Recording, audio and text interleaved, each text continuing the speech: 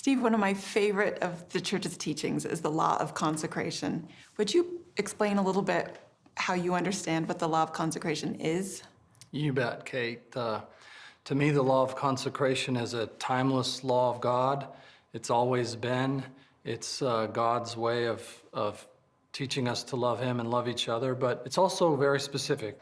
Early in the Restoration, February 1831, the Lord gave Joseph Smith a revelation that says that the Latter-day Saints are commanded to remember the poor, thou shalt remember the poor, and consecrate of thy properties for their support. So the idea is to share what we have so all of us have enough. I love knowing what Edward and Lydia Partridge did in Ohio. Can you tell us a little bit about that? In some ways, they are the pioneering family of the law of consecration.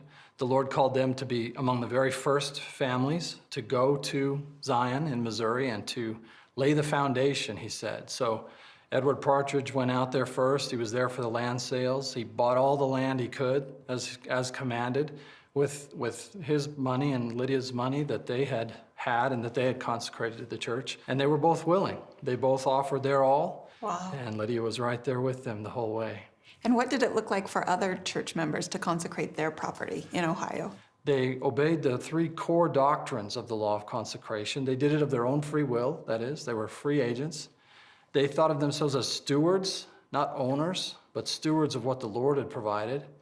And they expected to be held accountable to God for what they did with His things. Lehman Copley was an early convert to the church, and he had a large farm in northern Ohio, and he expressed a willingness to let the saints who were moving in from New York settle there for a while, and then he changed his mind. That left them in the lurch, and the Lord said, I want you to go on to Missouri. So that group of saints from New York just went as a group all the way to Missouri.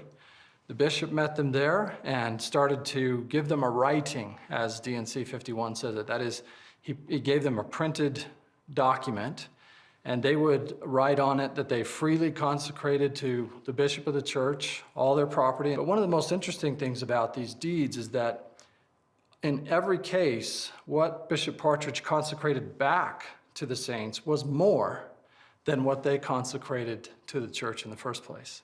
It was not a vow of poverty. It was a way to make sure everybody had enough. Ample is one of the words in the Revelation. Everybody should be amply supplied, it says. And there is enough and to spare, the Lord says in section 104. We often say those early saints, boy, they couldn't live it. But to me, the evidence is just the opposite. They were remarkable. They were remarkable in their faithfulness, giving up a lot, making great sacrifices.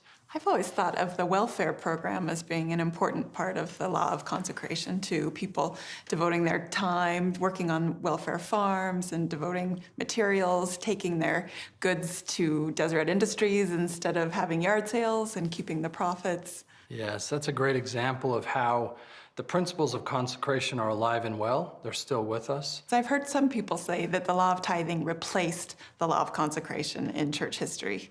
That's a common saying, but it's not really very accurate. It's much more accurate to say that tithing is a part of consecration, not instead of consecration.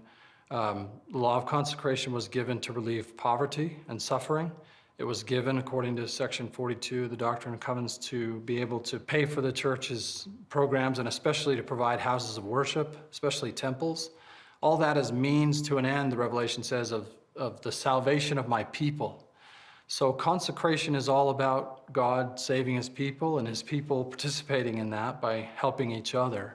And tithing is part of that. It's not instead of consecration.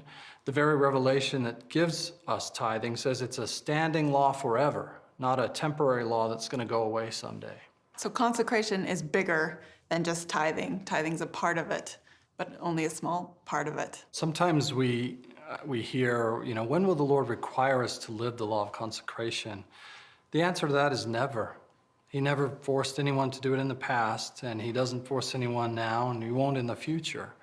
The question isn't, when will the Lord ask me to live it? It's, what am I going to do with it? It's on the books. It's right in front of our face. We covenant to keep the law. The question is simply, what are we going to do with it? Or what are we doing? Yeah.